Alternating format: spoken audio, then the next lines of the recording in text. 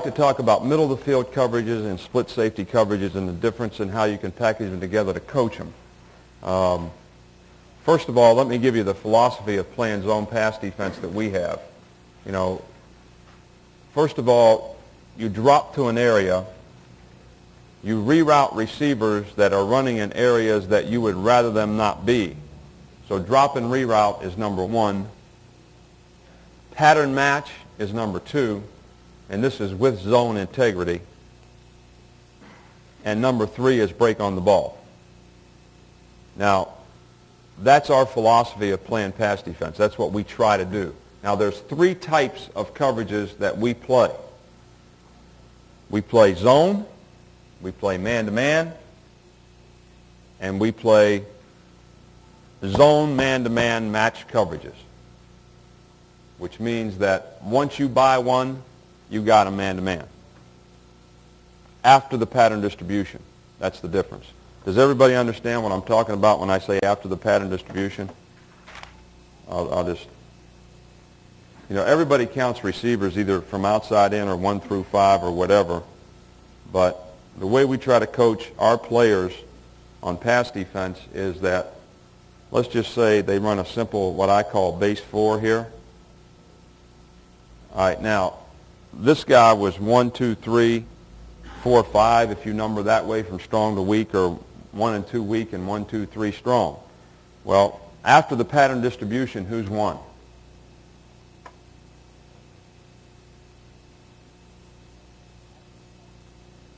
Or this could be 1 and 2, right? So if we say you match the pattern after the pattern distribution, basically that's how you pattern read.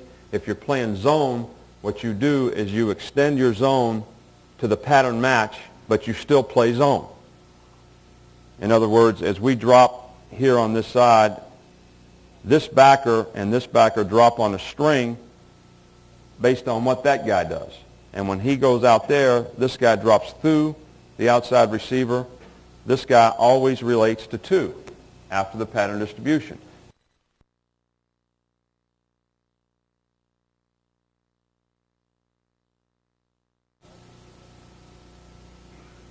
If we were playing 3 deep zone, whoever it is that drops over here that had the front side hook would take 3, and the strong safety would take and match 2, and don't let 1 catch the ball and run with it outside of you.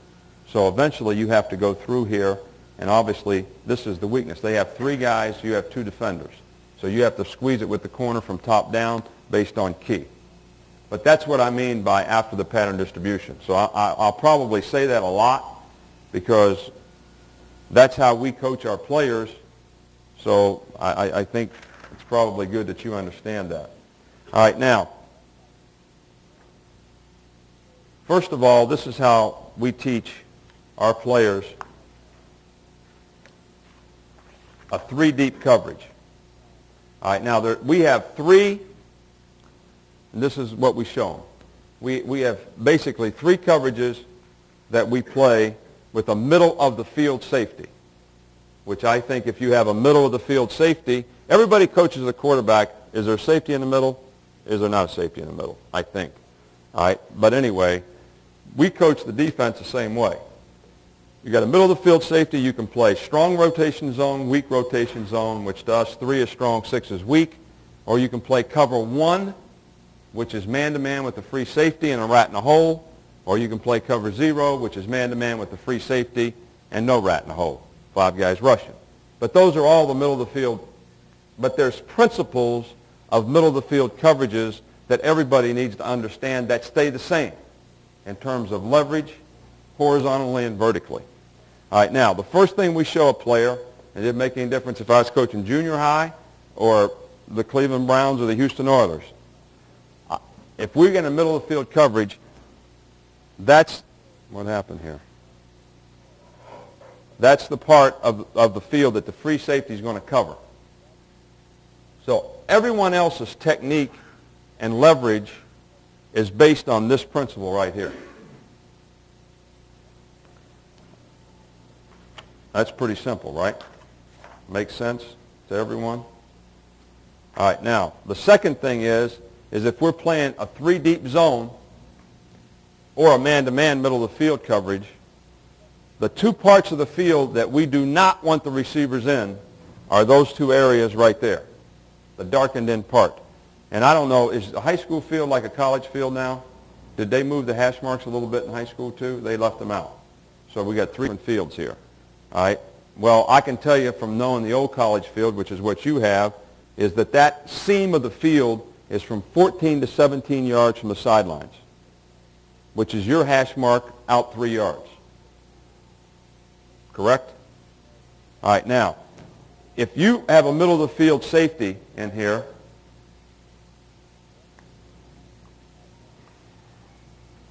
if you have a middle of the field safety in here, if you have a middle of the field safety in here, and you let people run down this part of the field, especially if it's a double seam pass, your middle of the field safety will not make those plays in practice if you do a break on the ball drill with him. He won't do it unless he's a great one. And he probably won't do it then if the quarterback's a great one. So that's what I'm talking about, reroute people out of those areas. Somebody always has reroute of those areas if a guy's running vertically in that seam. And then the next thing we teach the guy is if the number 2 receiver is running vertically in that seam, it's probably down to about 3 patterns that you're going to see. This might be a little bit different in high school, but college and pro ball, it's pretty close to this. But this is how I always categorize for the players. So right now, if the tight end, if we're in a pro formation, the tight end runs in the seam. I'll just draw it up here for you. It's not to scale. Let's say this guy does this, and he's running in the seam. Right now, the players in the back end and the linebackers know that there's about 3 patterns that they're going to run. The first one will be a double seam, a smash, or a seam, and an out. Basically what you're going to get. Do you get other patterns other than that? There are other patterns, don't get me wrong. But those are the basic 3 when 2 runs down the seam. And the one that kills 3 deep zone is double seam.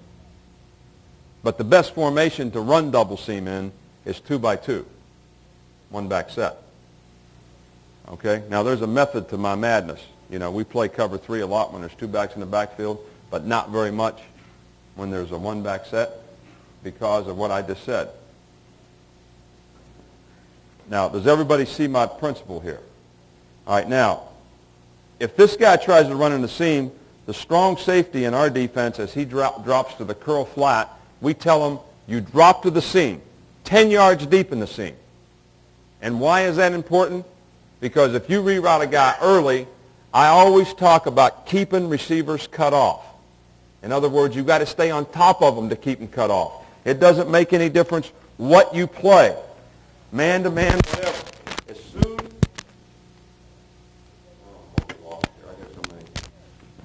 As soon as the receiver gets on top of you, you have no control. Is that correct? Something that I can, something that I can relate very easily to you just in principle. If I'm playing bump and run on this guy, all right, let's say the ball's in there. If he releases and I'm in this position, I have him cut off. Is that correct? I can control his speed. I have him cut off. As soon as he gets here, I cannot control anything that he does. He can run anywhere he wants to run. Is that right? All right, so if I'm rerouting the tight end and I drop to the seam and I reroute him at 5 yards and make him run out of the seam, by the time he gets to where I don't want him to be, he can run back in the seam. Correct? See those seams up there? Does everybody get my point?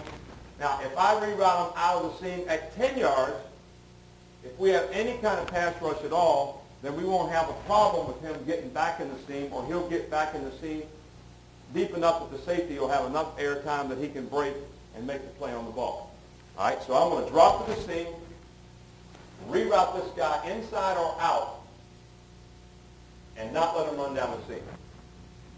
Now, the way we do that in 3 deep zone is the flat defender on the strong side reroutes the seam.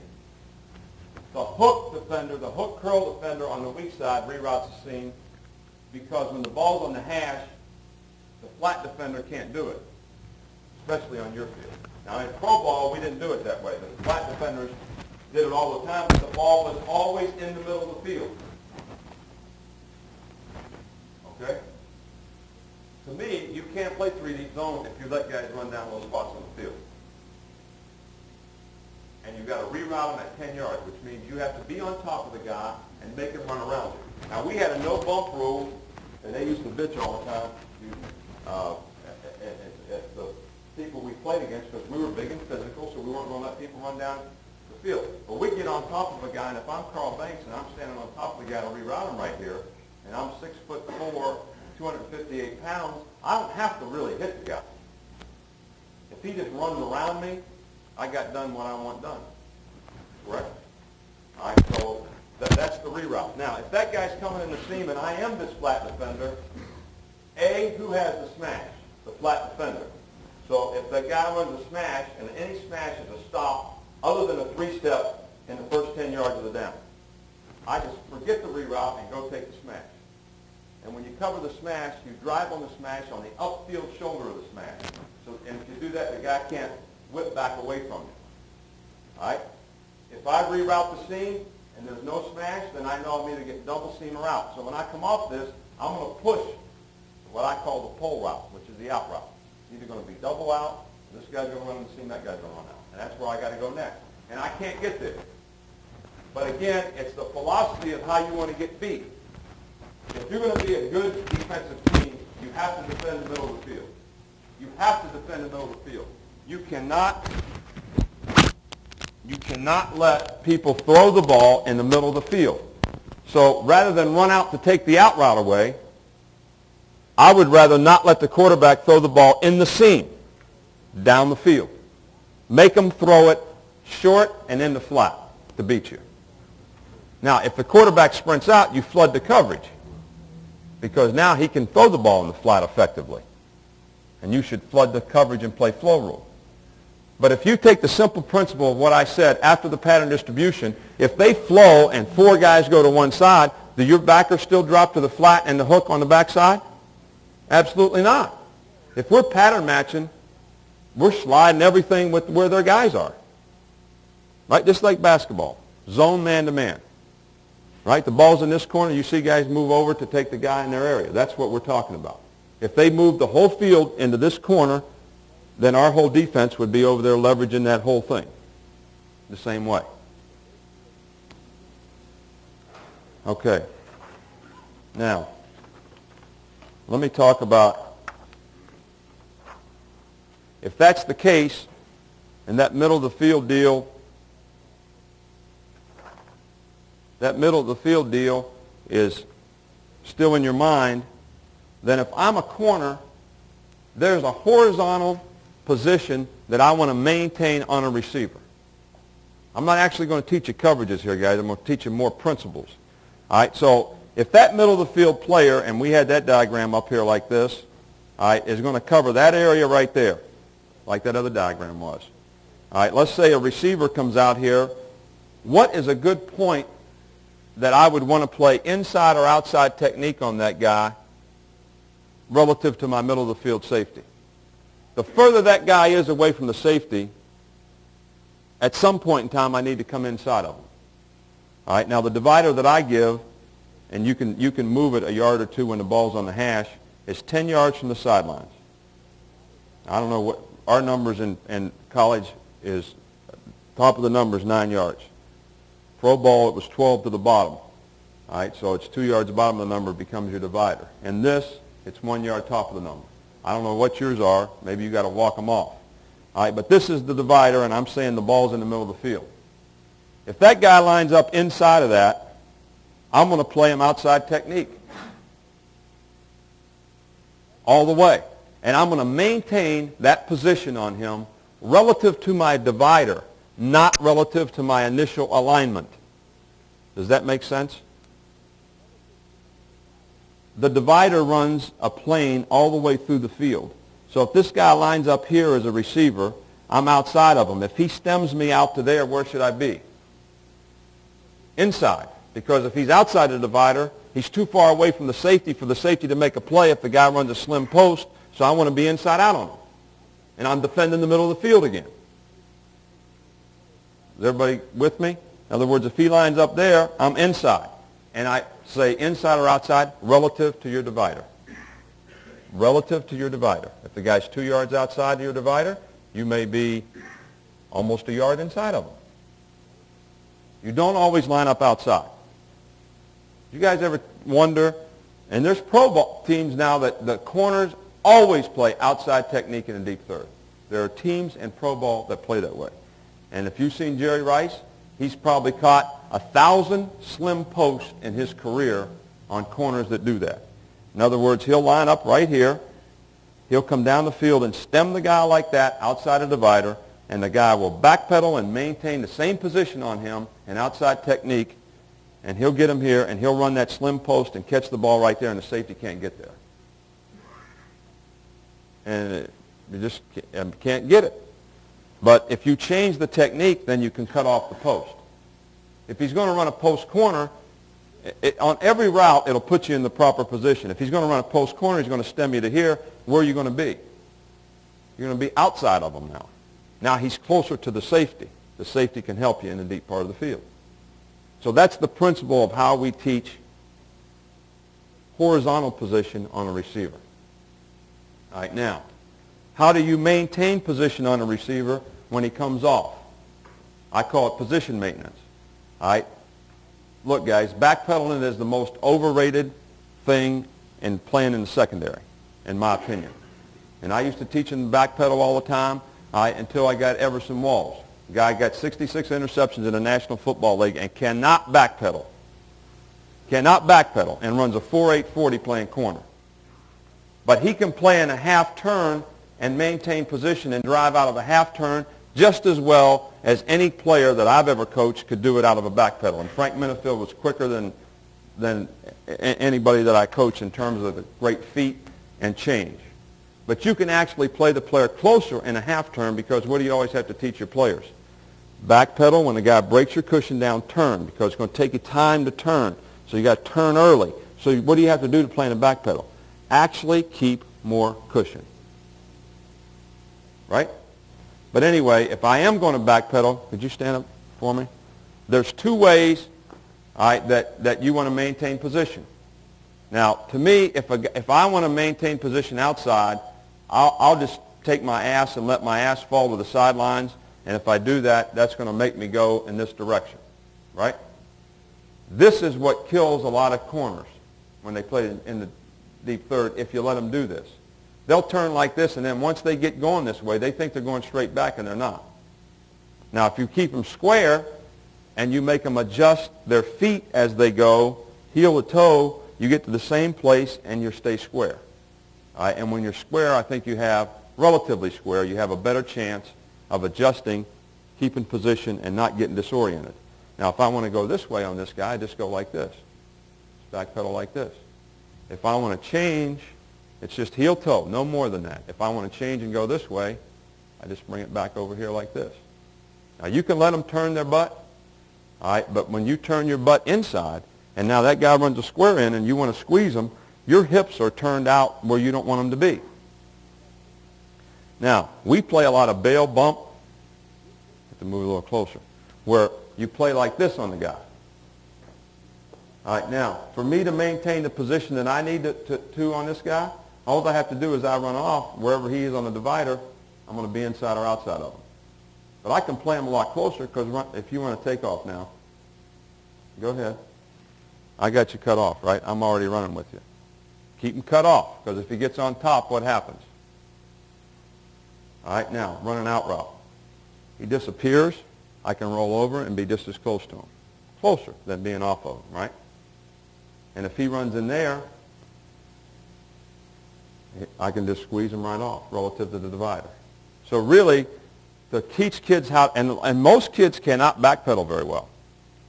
I mean, I watch little kids. I have a 9-year-old little boy. He's in soccer practice, karate practice, basketball practice. So I've watched little kids from 5 years old go through things. And when they're at soccer practice, none of them know how to backpedal. They can't backpedal. They can all run. They can cross over. They can do a lot of things, but none of them can backpedal. It's not natural for them.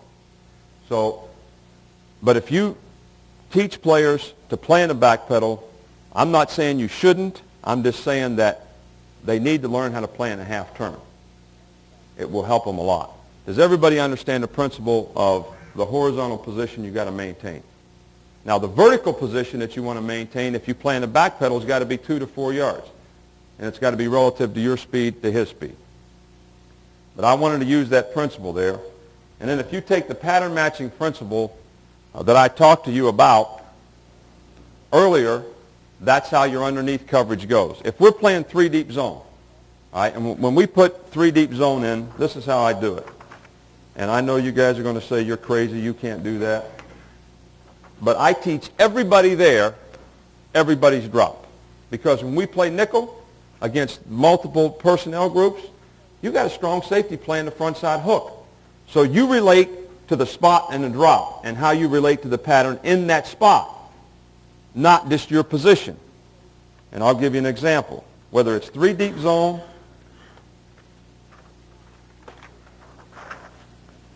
okay, now, we have these zones on the field. I'm going to draw a little formation up here.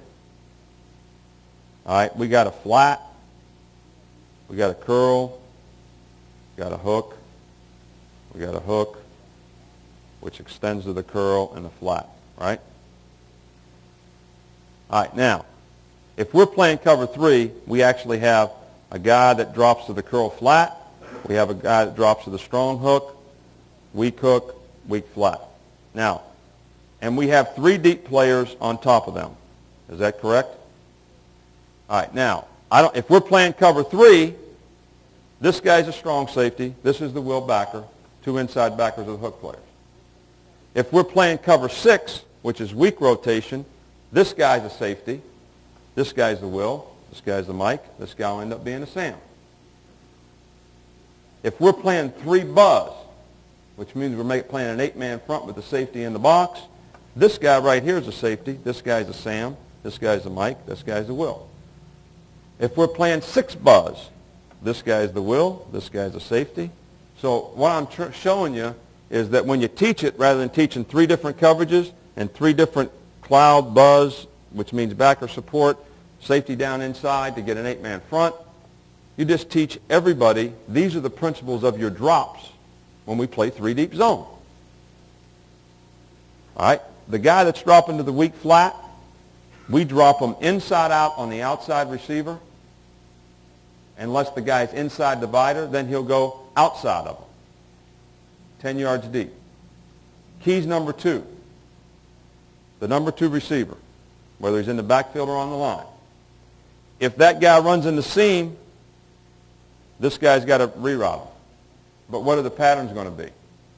Smash, double seam, pull. So if that guy runs in the seam or stays inside, this guy wants to make sure he can play the flat. So he'll get outside the guy. If this guy does this and runs back underneath, then because this guy is matching this guy at 10 yards and going to slide his zone because he's relating to number 2, then this guy here will close the window on 1. Does everybody know what I mean by close the window? In other words, I'm dropping out here like this, all right, and I see the back runs an angle under. Right here's the receiver coming up the field. All right, I'm going to do this and slide back and close the window and play this guy from inside out now. Again, we're defending the middle of the field first. Because if my Mike linebacker and I are tied on a string and he's working back to match that pattern, then the distance between us cannot get large. And that's what I mean by close the window. Okay, if this guy runs to the flat, then I know that the Mike's going to do what? Expand to the final 2. So that means I can do what? Go through, make sure that guy hang a little bit, make sure he can't catch it and run because that guy's coming out. Now basically, and if the guy blocks, that's the same as him staying inside. The Mike's got to stack him, plays the hook, so I'm going to play inside out on the outside guy. That's the pattern reads for those 2 guys. Now, it doesn't make any difference if that guy's a safety, a will, a safety, a Mike, a will. It doesn't make any difference. They learn that. Then you go to this side and do the same thing. This guy's always relating to number 3. This guy's relating to number 2. Don't let one catch the ball and run with it outside of you, because you're going to defend the middle of the field first. Now, everything's based, in this case, you probably have 3 receivers out on what that guy does. If he goes to the flat, you're going to get stretched in a hurry, but this guy still has to stay on 3 because you're going to get something like this, and this guy's going to stack right there. And the strong safety's always got 2 on 1, always, if they run a strong side flood. Always. Cover 3 is not good against strong side passes. Now, if we tie in protection that a team runs and pattern, if you can. I don't know how much of this you see, but a lot of teams that run strong side want to free release 3 guys to this side, which means this guy's always got to be in the protection. So you change one thing, we call it bingo, and you say if this guy blocks, we're flooding the coverage.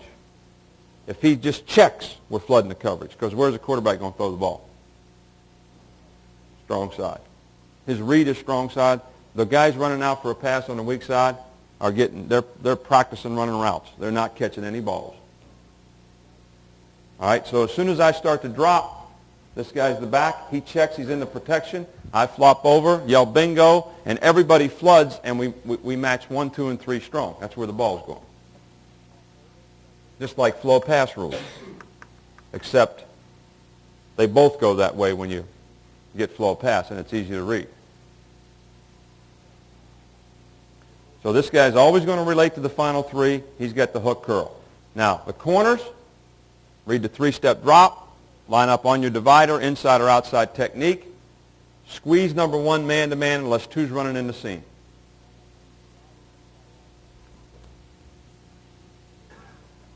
And the one pattern is the smash. He should be playing 7-cut. That's basically it. So the principles now of those coverages, we do strong and weak rope coverage both, middle of the field coverage. Now, the only reason I'm talking about middle of the field coverage is I don't know if you can play that much split safety coverage unless you're playing against a one-back spread out run and shoot type of team, because we can't play it that much because we can't stop the run, because people run the ball more in college, and I know they run the ball more in high school. So playing cover 3 and cover 1 become really important factors, I think, for us, unless we're playing against a real passing team. All right, now, I'm going to talk about, this is a coverage that I think very few college teams play. It's the number 1 coverage in pro ball, basically because you can't get away with playing cover 3. Because that last thing I said about breaking on the ball, if you watch the quarterback in pro football, all you're going to do is watch him complete passes. That's all. When Dan Marino's throwing it, the time that you break on it is minimal, because it gets there fast. So if you're not matching the pattern and trying to cheat yourself to where you're supposed to go, you're never going to make it. You're never going to make a play. You're always going to be a day late and a dollar short. But it's a pretty simple principle to teach kids, and it's not that hard. Now, but before I get into cover 1, anytime it's a play-action pass, you should teach your players to play the play and match the pattern. And I'm going to just give you an example. All right, let's just say that we're playing cover 3. And you guys probably, whether it's a one-back or whatever, you probably all see this boot, right? All right, now, if we're playing 3-deep zone, any zone, this is how it gets presented. If they run a boot pass, which means the backs divide and the quarterback comes this way, you play boot rule. All right? Whoever has the flat takes the guy in the flat. Takes him. So this guy starts to drop. He reads boot. He's going to go take that guy. The corner's going to squeeze this guy. If he runs an out route, he's got to squeeze him off. Both hook players, robot, what I call robot, which means roll and run and find the tight end. The front side hook guy, stay ahead of him. The backside hook guy, stay behind him. In other words, if we're playing like an over defense, As soon as these guys do this and read boot, this guy is just going to turn and run to the spot where he knows the tight end is going to be, and this guy is going to come out and try to stay behind this guy, and Mike's going to try to get ahead of him. You can't drop. You just roll and run and cover the guy. The strong safety plays here, plays under this guy squeezes him. It doesn't make any difference what the coverage is. Every time it's a play pass, we totally match the pattern. So you don't get nickel-dime to death with that stuff. And every coverage, it's the same way. If we're playing cover 2, who's the flat defender weak? 5 under, 2 deep. It's a corner. So what's a corner do? Take the guy coming in the flat. The 2 hook players now are who? The Will and the Mike. What do you guys do? Robot the Y shallow. Now, just taking cover 3 a step further for the NCAA pass that everybody runs, that's flow pass. So we play flow pass rule. Flow pass rule for the linebackers is to flood. The Will has first crosser or number 4. Mike's looking to match number 3 or robot Y shallow. The Sam is going to number 2 and the safety is going to push to 1 through the curl. That's how we would play flow pass. Now, what does robot mean? If this guy stays front side and does this guy goes out in the flat and he does this, he's on this guy, safety's on that guy, he's got that guy. Will's got first crosser and 4. They run Y shallow, X dig that everybody runs. What's Will got? First crosser, 4. What's the first crosser? He takes that guy. Mike does what? You got 3, but robot Y shallow. So what is going to happen to you now? You're going to get high load in the middle of the field, right? The X or the Z is going to run a dig. The other guy's going to run a post. You got a 3-level vertical stretch in the middle of the field. So if you stay the same in pass coverage and play 2 levels, you got no chance if they can throw it and catch it. So let's say this guy runs the dig and this guy runs the post. He robots and gets as deep as he has to find the middle of the field. And when this guy goes across, the Sam hangs, takes the inside check down. He takes the outside check down. All right, so we match the pattern. What's this corner going to do? Squeezing man-to-man. He doesn't have 2 in the seam, right? What's this corner doing? Squeezing man-to-man until he gets an over route, both of them. So that's you just teach the principles of the coverage and play it and do it over and over and over and over. And that's how we play action passes. And what I say, guys, I say over and over and over. I don't say, what do you do on flow pass, Mike? I expect our Mike to say, match the 3 and robot the Y shallow. That's what I don't want to hear any other bullshit that you said on the corner in Detroit. Nothing. Match the 3 and robot the Y shallow. Everything else is useless information. Just teach those principles. What do I do on the boot? Weak side hook player. Robot and find the Y and keep them cut off. That's it. If I'm the weak side flat defender, what do I do on the boot? Take the guy in flat. Simple. I don't want to hear anything else. Because I say it the same every time, and I expect them to say it back to me like I say it to them, or we say it to them, whoever's coaching them. All right? And that's 3 deep zone no matter how it goes.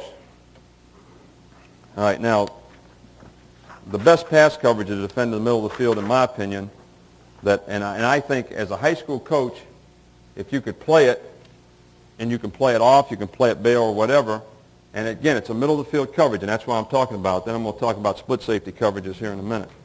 But with 2 backs in the backfield, I think you should play an 8-man front. You got to stop the run. You got to get more guys up there than they can block. Make the Z be a blocker. If they got 2 tight ends in there, put 1 more in. If they only got 1 skill guy in the game, take a defensive back out. That's what we do. All right, now, cover 1 is a man-to-man middle of the field coverage with a rat in a hole. Never put your linebackers in a stress position The corners have the wide receivers, and the simplest way to do it is just play matchup, and the corners have them, slot, they go over with them. It doesn't make any difference. You don't have to play it that way. So basically, whether you play bump and run, and I can talk to you about that, bail off these guys or play them off, they got those guys man-to-man. With the same, in cover one, is it a middle-of-the-field coverage? So whether the corner is playing press, bump and run, or off, what horizontal leverage position should he have? Exactly the same as three deep zone. Right? Safety's in the same spot. So now if I'm going to play bump and run on this guy and he's split where I have this guy split, is he outside a divider? He's outside a divider on that thing. The divider's 1 yard top of the number. So that guy, does he have grass to run a 9? It's 5 yards from the boundary the way I drew him up there. No. All right. So I'm going to play that guy what technique? Slightly inside, and deny is inside. Because he's too far away from the safety. If I let him inside release, the ball's getting there before the safety. What if he lined it up in here? How would I play him? Outside technique, right? What has he done? Bought grass to run a 9, got a lot of horizontal area to fade away from me, and all that type of thing. So I'm going to play him outside technique. If he releases inside, he's going to run into the linebackers and the middle of the field safety. Now, if the guy is on the divider, I tell the guy to play him full press. Just get head up on him and play him and mirror him. But if you were off, you would use the same principles, correct? Same horizontal principles. If you bailed off the guy, lined up in bump and run, and ran off of him on the snap, you would play the same principles. All right, now, so this part of the coverage is technique. All right, let's just say we're playing with these guys right here, Sam, Mike, and Will. You can play this in a 30. It doesn't make any difference. You can play it in a 4-3. All right, this guy has this guy. We play with sky support. You can play it with back or 2. All right, these 3 guys have these 2 guys, and they cut the tight end if he goes across. So the safety can still play sky support. All right, so let's just say they run the basic pattern here that we've had up. I'm going to knock that guy out of here before. All right, he's got him. He's got him. This guy's got this guy, right? He's got him. He's got him. He's in the hole. He's in the middle. Now, do you think you can defend the middle of the field with that coverage? You always have a rat in the hole that can cut anybody, and the backers overplay the backs to the outside until they get to the seam. They don't overrun the seam, because then if the guy runs in the seam, they can't play him. And he's wide enough away from the safety that the safety can't do what? Make the play for him if the guy runs down the seam. So this is a really good coverage. Now, if the tight end goes across and the backs stay divided, let me just give you the only rules for the linebackers are this. You can play this in under, over, 4-3. It doesn't make any difference. Is this guy's always got the second back. You never play in and out. In other words, if they run this pattern right here, he's got him, he's got him. Who's the free guy now? He's right there. This guy's got him. All right, if they go both back strong, who's the free guy? Let's say they're in the eye and they do this. Who's the free guy? Right? He's always got the second back. We would take these guys in the I formation as they came out. He would take this guy and he would take that guy. If they run the wash shallow, who cuts that guy? Who's the free guy? Will takes this guy. The safety now robots the hole for the dig on flow pass. Because the safety's got the tight end on everything except what? Y shallow. Because then he can play sky support and you can be in an 8-man front. Now, playing close coverage of any kind, there's some principles that I think you have to have with your players. That really should on this field go about like that, okay? All right, now, if there's a receiver here and he releases out here, what position vertically would I want to stay on that guy? Got no help out here, right? I want to stay high and inside on the guy and keep him cut off. If a guy releases in here, where do I want to stay? Low and outside. Why? A lot of people play this coverage and don't use the middle of the field safety with the technique of their outside people. In other words, can you stand up again? If I'm the left corner, the ball's in there, I'm here like this, we offhand jam, you release, and he goes outside. I'm going to knock him off, and then we're going to come up the field, and I'm going to stay high, shoulder, keep him cut off. Okay? If he disappears behind me, I'm always going to roll over. Okay? If he releases inside, and if I've lined up properly on him because of my dividers, I ought to always have him where I want him when he comes off the jam. I want to be low and outside, like this. Now, if he runs a dig, I play him this way. Okay, if he runs a 7, I jump back up on him because he's got to run into him and because I've got the horizontal position on him. Now, if I'm playing off, you use the same principles. If you're playing bail, you use the same principles. Okay, but that's how you use the middle of the field safety. Now, anytime that this receiver gets close enough to run across the field, what we tell our corners is you just yell, rat, rat, rat, which means that if that guy takes off and hauls ass across the field, like the Z going underneath at 5 yards, then the free linebacker cuts him and takes him. Knocks the shit out of him. That's what we try to do. We don't like to get the linebackers taking the receivers through there, so we try to knock the dog out of them. We'll leave the corner chase them, but we try to knock the dog out of them. And the way to do it, the best way to do it, is if this guy was an X running across the field and I was Pepper Johnson right here in the middle free and I heard rat, rat, rat, I would hit the guy from down to up and push him into the corner because the corner will probably be higher on him. All right, now he runs across. I'm going to knock the hell out of him up the field because he'll push him back into the what? Cover guy. And the cover guy chasing the guy going across the field always wants to get ass down on him like this. This is how you chase a guy across the field, right like this. Not like this, which is what I always used to teach. Because now, and I don't know if you get it, but this guy starts across the field and he's running his ass off and you're running your ass off and he stops and whips back on you, you'll never, ever defend him. And you're probably not going to beat him across the field anyway. But if you're in this position on him, run. And I'm running like a son of a gun and he whips back on me, you at least take that away. Now, if you get cut, then you can come off the guy if the linebackers will cut him. All right, but this is a great run defense, and this is a close coverage pass defense. We played this every snap. This is Jerry Glanville, every snap. One rat bomb, every snap. Saw more 9s in 1 year of football than I saw in the previous 15. Because that's what they're going to try to beat you with on the outside. You don't have to play bump and run, though.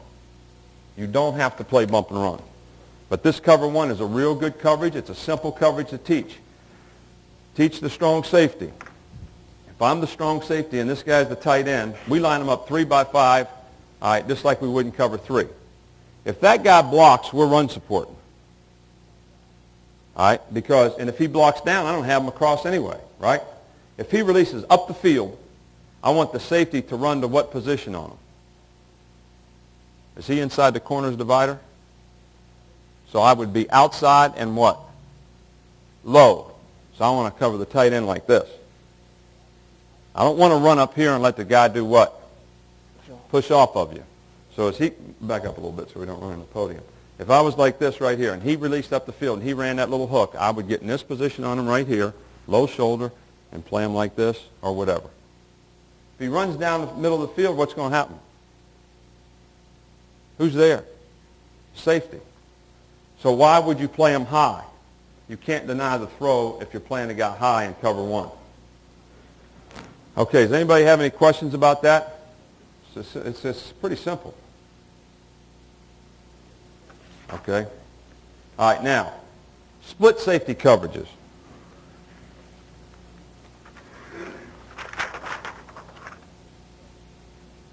All right, hold up a minute.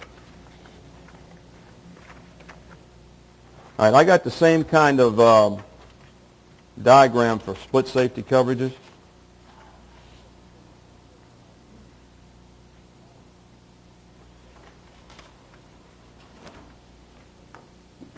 All right, like right here, that's the two deep places on the field, all right, where you don't want people to be.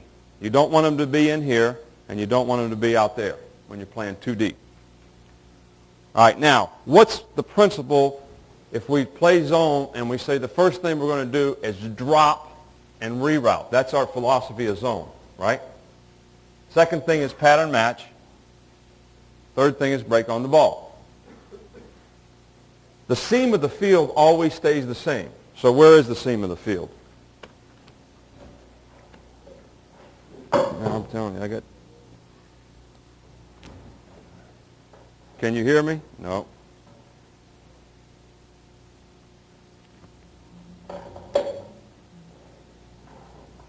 The seam of the field always stays the same, 14 to 17 yards from the boundary. Okay? So now, if I'm going to reroute the seam now and cover 3 deep zone, you never let a guy run in the seam. In cover 2 deep zone, you always reroute the guy to the seam 10 yards deep when he gets there. You've heard people talk about we always match and run with people down the field. If you match and run with people down the field, you know, you're going to always struggle on the short stuff. Always struggle on the short stuff. I mean, the number one play in ball, I don't care how they get there, and they don't have to be in a one-back set for them to do it, is for them to run a seam on this side. This guy runs a middle read if it's too deep. This guy runs across, and they throw the ball and catch it and run off the reroute. If you're running with the guy down the middle, then you've got to full match everybody else, or you got no defense. You know what I'm saying by full match? That means somebody's got to come across with the guy coming across. So if we're playing zone, we tried to play zone. Now, what's the reroute principle now? I want to reroute the guy to the seam. In other words, the way I have that drawn there, that guy would have been rerouted to the seam, which in turn does what for the safety? Whose divider is your hash mark, right? Which this is not it on this diagram. This is a college field. So if I was dropping here, and let's say this is 10 yards deep, I would body position and reroute that guy and be on top of him at 10 yards, and there is no way that I would let him enter any of this part of the field. And the way we teach it is I put a cone 20 yards deep down in the middle of the field. I tell a guy, I said, you get your asshole on a string to that cone, and you don't ever change it. And then you body position the guy all the way like this. In other words, I'm defending the best I can with my body to keep this man from running into that cone. And I'm going to stay. And the closer he lines up to the seam, the further I can line up inside of him. Right? Because he's put himself in the seam. So all I have to do now is do what? Make sure he doesn't get back underneath me. Now, why is it important? Again, more important in this than in the other one, to be on top of the guy at 10 yards. The faster that guy gets on top of me, he's on top of me right now, and he runs the middle read, the more he does what? Splits the safeties. 2 deep coverage. Correct? If I can stay on top of them and reroute them at 10 yards in this position right here, and we can jam in college and you can too, so you can knock the shit out of them. All right, now, you've created a what for the safety on your side? He's got leverage on this guy because his divider is the beginning of the seam. So he never has to defend the guy from outside in unless the reroute guy screws it up. So we do not run with people down the field. If we're going to run with people down the field, then we get into the next part of our coverage deal, which is play, match, man. Not man-to-man like I just showed you. Match man. If I'm going to run with this guy, and what we tell our guys in that, if we want to play what I call 2-cut, and you want to change the principle on them, and you want to run with everybody down the field, we tell the guys, you line up on your guys. If your guy runs an inside pattern or runs vertical, you run with him. If he runs to the flat, you cut the one. That's it. Now you got everything matched. This pattern that I had right here, if we had corner is playing just like cover 2, this corner is playing like cover 2. I'll show you that in a minute. You got Mike, Will, this doesn't work out too good, and Sam. What's Sam do? Is this guy running vertical or inside? What would he do? Run with him. What's that guy doing? Vertical inside, what would he do? Take him. This guy does this, what would the Mike do? That's not vertical or inside, right? He'd run and cut the one in the corner and jam and play the flat. If he threw him the ball, he'd play him. If you want to match him, that's as simple as it gets. In cover two. I just call it cut. Play cut on him. Sometimes when they run a bunch pass, instead of playing zone, we'll say we'll cut the bunch. So if you got three guys in a cluster, got them 1, 2, 3. If 3 goes to the flat, what do I do as the inside hook guy? Did my guy go inside or up the field? No. So what I do, cut the 1. They run this pattern right here. They put them in a cluster. This is the ball. This guy goes in, he goes out, and he does that. How would we defend that? This guy is inside or up the field, right? So he does that. This guy right here, this guy goes to the flat. What's he do? Cuts the 1. This guy right here is playing the flat. You're basically trapping the flat in 2 deep. What you take, you can nail a bunch, you can do a lot of things. But that's the 2 deep principle. What's that? We would predetermine how we're going to, just in my hillbilly way of thinking, I think cover 2 stinks against bunch passes because you get high load in the flat or you get high load in the hook, right?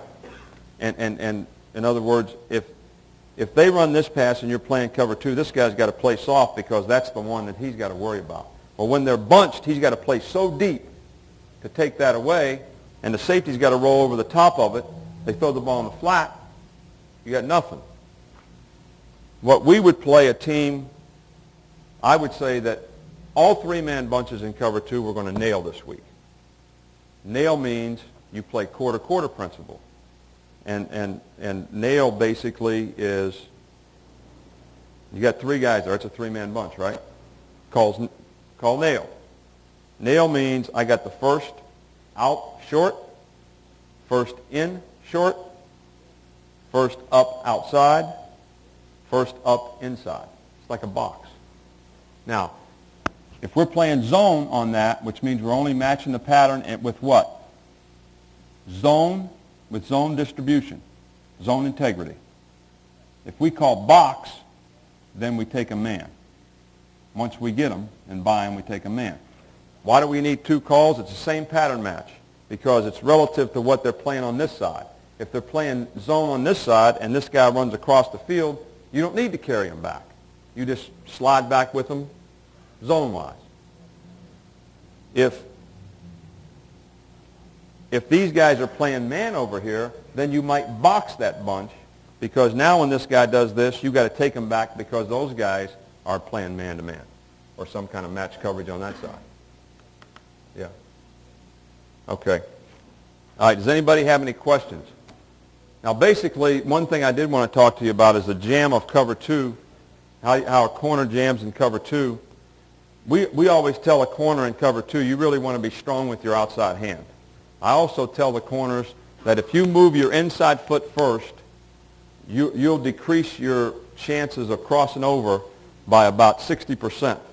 In other words, I'm going to play right corner now. The ball's in there. If I'm here like this, if the first thing I move is this foot right here, I've created a situation where I've done what with my feet?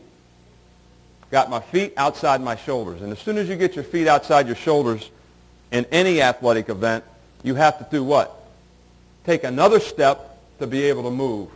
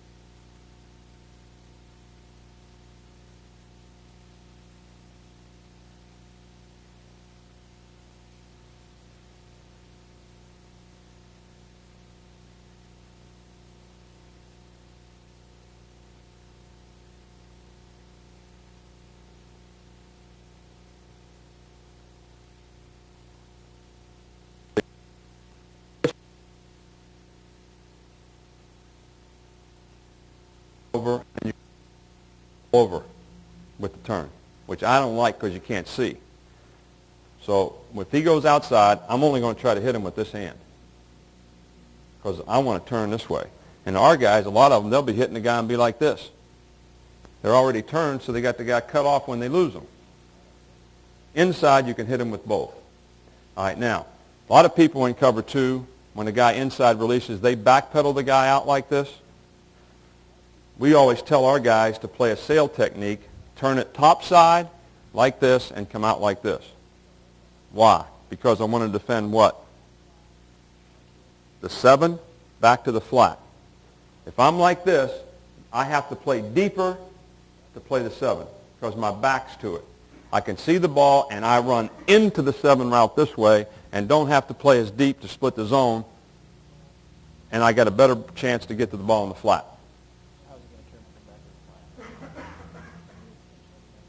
Just sit down and open. I'm like this. You can't get outflanked.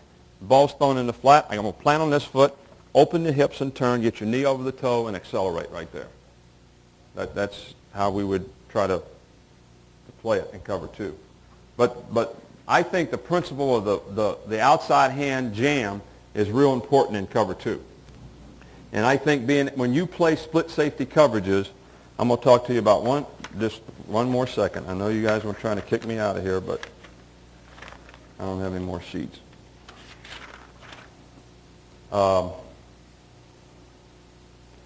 See, if we had a lot of success playing the run and shoot. We held Houston to less points than anybody in the league for the last 2 or 3 years that they were in the run and shoot, and beat them in the Astrodome. But it doesn't make any difference that it's a run and shoot. It's just a 2-by-2. This is my favorite formation to play split safety coverages against. We will call a lot of defenses like under, double 2-3, deuce. Deuce means if it's one back set, 2-by-2, we're going to play cover two. I don't care if it's slot, pro, whatever it is. So we actually call what we're going to play if there's 2 backs in the backfield, what we're going to play if it's a 1-back set. You cannot adjust the coverages out on back motion. It's got to be lined up.